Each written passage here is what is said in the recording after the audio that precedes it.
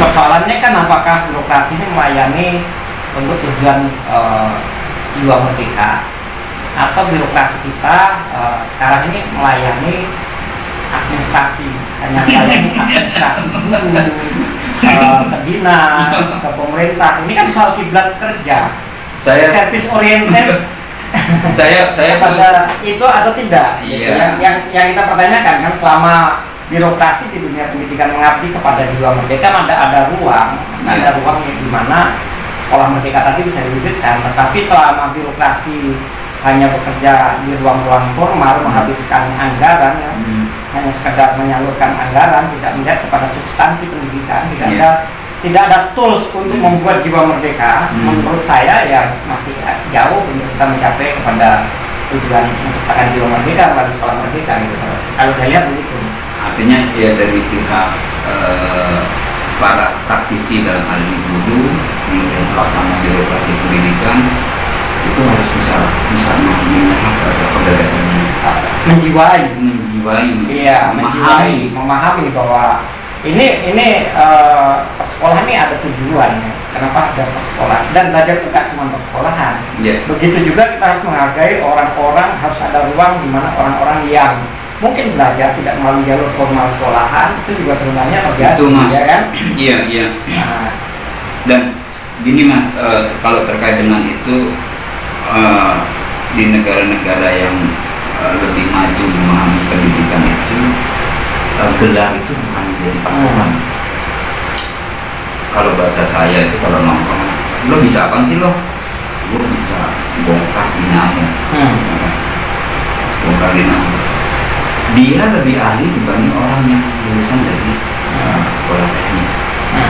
Tetapi mohon maaf, dia ini tidak bisa masuk ke ranah industri karena tidak punya ijazah. Itu terjadi juga, saya di beberapa kasus di Indonesia, bahwa skill itu bukan yang nomor satu. Betul. Jadi di kita ijazah yang nomor satu, karena itu terjadi perdagangan ijazah, ya kan, jual beli ijazah, dan formalitas lah. Jadi sebenarnya ngelihatnya begini Mas, kalau menurut saya kita lihat aja di sekolah, peran sekolah. Peran sekolah ini apa sebagai tempat pengajaran gitu, atau dia punya orientasi tadi menemukan karunia Tuhan yang terpendam, yang orang ikut bakat, itu terjadi enggak? Kalau sekolah sudah punya satu spesifikasi lembaga, misalnya kayak PP bekerja untuk menemukan bakat para siswa, ini bakat ini kan bertumbuh ya, dari dia masih anak-anak, bayi, masuk SD, TK dulu ya, SD, SMP dia bertumbuh. Kalau teori yang modern kan disebut multiple intelligences. Bakat itu satu orang bisa memiliki beberapa bakat, tapi ada beberapa bakat yang dominan yang dia bisa merasa maksimal berkreasi dengan dunia itu. Nah, sekolah ini ramah nggak terhadap bakat-bakat itu? Saya lihat di sekolah kita ini masih bisa dikatakan masih sedikit sekali yang mampu membuat peta bakat para siswa. Jadi ibaratnya siswa masuk sekolah itu disamaratakan, tidak dilihat bakatnya apa. Sehingga model mengajarnya juga masih salah, ya kan? Kesulitan siswa tidak ditangani secara spesifik masing-masing siswa, sehingga banyak nanti siswa yang kemudian ketinggalan. Apalagi kalau zaman dulu masih ada ranking, sekarang udah banyak yang nggak pakai ranking kan? Zaman ranking itu kalau menurut saya yang pintar mungkin cuma ranking 1, 2, 3, yang lainnya non ranking kan? Non ranking itu artinya ya tidak pintar kan gitu ya, dalam bahasa simbolnya kan? Dan itu saya pernah ngalami. Dan itu seperti penghukuman Mas. Oh iya, saya pernah ngalami jadi juara 1, ya kan, juara 2 gitu kan. Tiba-tiba suatu ketika saya pindah sekolah, naik sekolah dari ke SMA, tiba-tiba saya rankingnya 25, ya kan? Itu betapa stres betul katanya. Nah, padahal orang-orang tua itu kan pengen ke sekolah membawa anaknya, pengen disebut pintar. Karena pada dasarnya manusia diciptakan itu semuanya punya kecerdasan, punya skill ya, karena keadilan Tuhan semuanya diberikan kelebihan. Nah, yang harus kita cari kan di mana kelebihan itu berada. Nah, sekolah kan berperan itu nggak untuk menggali. Kemudian ketika, bedanya apa sih satu sekolah dengan yang lain, gitu kan? Oh, ternyata sekolah ini sanggup loh menemukan bakat anaknya kan gitu saja. Kan? Nah, sekolah yang bagus adalah menurut saya sekolah yang mampu tadi mengcapture atau menangkap atau menumbuhkan bakat anak yang terpendam tadi, mampu memelihara, merawat, akan menyalurkan sehingga anak begitu selesai sekolah dia punya namanya ada yang hobi gendang mas. Ya anak itu talentnya bagus. Tapi kan karena situasi format pendidikan seperti itu hanya tidak dianggap. Padahal sekarang relasi-relasi keterampilan seperti itu bukan tidak mungkin menjadi profesi ke depan. Iya, tapi bisa juga gara-gara sekolah orang tua jadi gampang.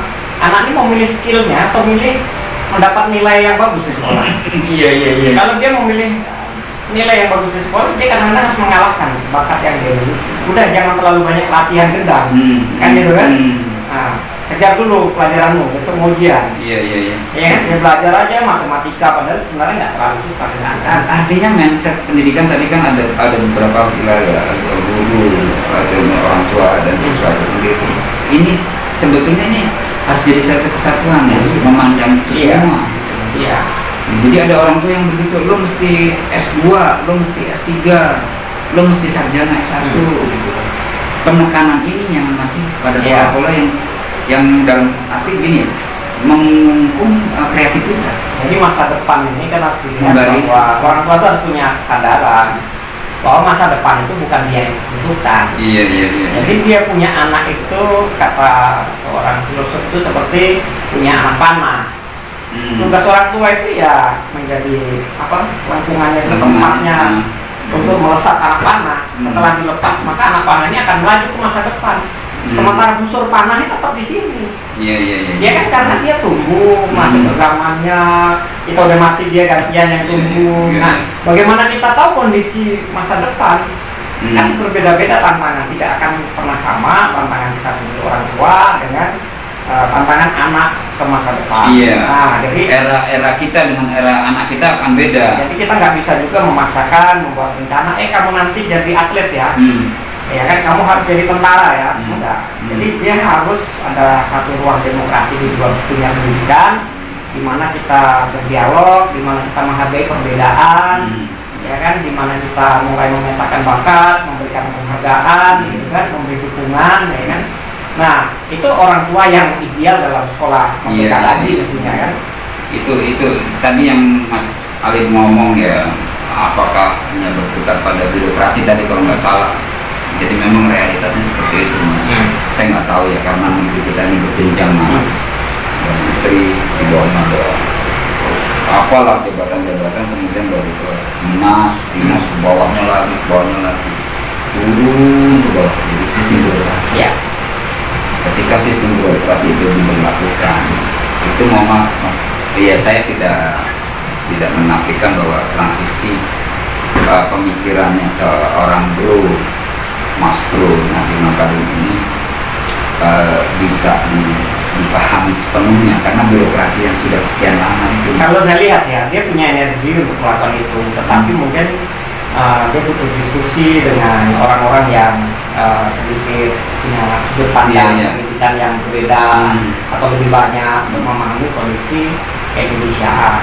Karena kalau menurut saya, kenapa di lambang Kementerian Pendidikan hanya ada kata Tuturi Handayani, sebenarnya saya agak terganggu. Padahal kalau memang Bapak Pendidikan kita Ki Hajar Dewantara, ya seluruhnya disebut karena menurut saya itu yang saya tangkap ya, sepemahaman saya itu tahapan pendidikan gitu kan. Ya, metodologi dia tahapan yang saya tangkap ya. Baik, dulu Ki Hajar itu kan untuk mewujudkan cita-cita itu bukan dengan pendidikan itu kan melalui dia menyebutnya sekolah dia namanya taman. Taman siswa. Kalau kita bicara taman itu kan konsepnya adalah gimana anak-anak harus enjoy, bisa santai, bisa bermain peran sesuai dengan imajinasi dia, benar gak? Saya jadi tentara, saya mau jadi dokter, bermain, dia sangat enjoy, berpraktek, jadi imajinasi sesuai dengan panggilan jiwanya, kan gitu kan? Makanya taman. Yang kedua, tahap saya menangkap bahwa pesan Engarso Sumpulodo, Mardio Mahon Kakso, Tuturi ini menurut saya satu fase pendidikan, 3 fase pendidikan yang pertama. Jadi jangan dipotong hanya di Tuturi Handayani. Ya, menurut saya ya tanggapan saya nggak tahu kalau bahkan di dinas mas itu T-nya lepas mas. Oh, T-nya lepaskan. Belumnya T-nya lepas mas. Kok nggak dibener-benerin terus sekian lama dinas DKI. Iya. Mestinya kan begini kan, itu kan ada 3 kan, ada Engarso Sung Tulodo, Engmadyo Mangunkarso, baru Tuturi Handayani. Jadi Tuturi Handayani ini menurut saya juga tidak ada kalau nggak ada Engarso Sung Tulodo. Jadi satu kesatuan. Dia kan memang satu kesatuan, dalam pengucapan pun satu kesatuan. Kenapa dalam penulisan itu hanya Tuturi Handayani? Buat saya menangkap tangkapan saya adalah kalau Engarso Sung Tulodo itu kita pahami sebagai satu metode pembelajaran, pendekatan pembelajaran untuk level dasar. Jadi anak-anak sampai level dasar itu nggak perlu banyak kita ceramahin sebenarnya ya. Dia tidak perlu banyak disuruh-suruh sebenarnya. Hanya cukup diberikan contoh. Kalau teman perhatikan anak-anak kecil itu apapun kan ditirukan, ya kan? Kita mengajarkan dia untuk tidak membuang sampah sembarangan, tapi kita buang sampah sembarangan, dia akan juga buang sampah. Benar kan? Jadi misalnya kita suka main gitar gitu, dia juga akan mencoba meniru yang kita lakukan. Kita suka duduk di meja, dia akan meniru juga. Sesuai fase usianya. Fase usianya. Jadi dalam fase itu kelas dasar, pendidikan ke bawah itu dikasih contoh aja, dia ngikut di belakang ikut. Coba nggak percaya punya bayi, apa dia ngikut itu apapun. Saya punya anak bayi, suka saya tepuk-tepuk gitu kan. Iya, besok dia belajar nepuk-nepuk saya. Jadi apapun yang dilakukan ditiru sama dia. Nah, kemudian yang fase kedua itu Engmadyo Mangunkarso. Jadi kalau tadi Engarso Sung Tulodo di depan memberikan model atau teladan gitu kan. Engmadyo Mangunkarso dia di tengah memberikan semangat, motivasi, ya, semangat. Ini fase pendidikan kelas menengah. SMP, SMA kan namanya sekolah menengah, ada 3 fase kan. Kan kita ada sekolah dasar, sekolah menengah, sama tinggi kan.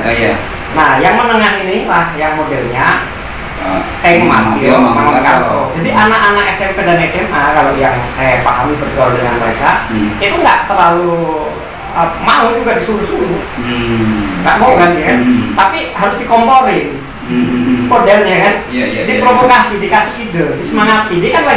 Dia merasa udah bisa nih anak-anak sosial itu, udah merasa lebih dewasa, tetapi sebenarnya belum banyak tahu. Tapi kalau kita sekarang, pasti dia nggak suka gitu. Tapi kalau dia melakukan apa nih, dia punya inovasi, kita beri dukungan, itu yang dia suka, dia semangat gitu.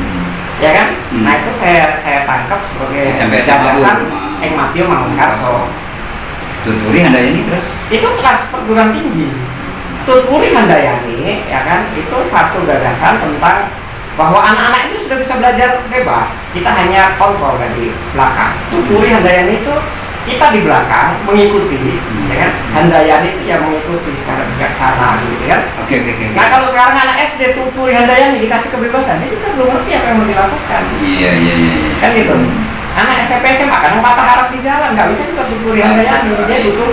Nah kalau mahasiswa memang fasenya itu kan dia bisa belajar mandiri, dikasih tema dia belajar sendiri, bisa eksplorasi narasumber, bisa belajar dari masyarakat, udah punya dewasa fasenya. Istilahnya lebih punya experience untuk bisa menentukan sikap ya, ini resikonya apa, ini apa. Kan gitu. Jadi mestinya logo anak SD lebih bagus Engarso Sung Tulodo, supaya semua guru ini kuncinya ngasih teladan. Kalau di SD ya jangan sekali-kali merokok di depan mereka kemudian melarang mereka merokok, karena itu nggak berlaku. Kalau di SMP ya lebih bagus konsultatif, ya kan? Iya. Maksudnya di tengah provokasi, apa menyemangati lah, ya kan? Kasih yang buat mereka untuk lebih berimajinatif untuk mengembangkan diri, kan? Memang ada sedikit fakta yang saya alami sendiri. Jadi gini Mas, ketika kita berhadapan dengan level-level anggaplah Engmadyo Mangunkarso, ini ada ketertekanan. Jadi bawaan pendidikan yang begitu formalistik, guru adalah yang paling tahu, siswa ini yang harus kamu tahu. Akhirnya terbawa nih Mas. Jadi sederhana aja, misalnya aku tanya, siapa yang mau bertanya? Nggak ada, karena begini aja. Ayo dong bertanya apa? Kita jadi bingung kan Mas? Antara mengerti atau tidak mengerti gitu. Oke gini Mas, ini sangat menarik pembicaraan kita sore ini. Tapi satu key point yang saya tangkap, apa yang disampaikan Mas Alif tadi buat saya inspirasi dan kesana. Kalau perlu didorong sampai ke Mas Bro Nadiem Makarim. Jadi pendidikan itu tidak hanya apa sih logo Menteri Pendidikan itu tidak Tut Wuri Handayani, tapi keseluruhannya. Keseluruhan. Oke. Ya karena Ki Hajar bilangnya dari Ngarso sampai Tut Wuri Iya, Handayani. iya. Kemudian konsep sekolah kalau memang Ki Hajar ya mestinya konsep taman. Dan itu sudah Mas paparkan pada fase-fase pendidikan SD, SMP, SMA, kan? kan? Sampai kuliah. Perguruan tinggi. Oke. Jadi cukup clear sebenarnya kan? Clear. Nah, Baik, sobat semua, saudara semua yang melihat podcast saya ini dengan Mas Ali Purnomo. Diskusi ini diskusi rileks saja, warga masyarakat yang sedikit dalam tanda kutip memperhatikan dinamika pendidikan di Indonesia umumnya dan mungkin wilayah yang pernah kita sambangi, kita punya satu kesimpulan. Mudah-mudahan ini bisa bermanfaat dan menjadi kasana informasi. Kalau toh ini ada diskusi lanjutan, kita terbuka yang terbuka.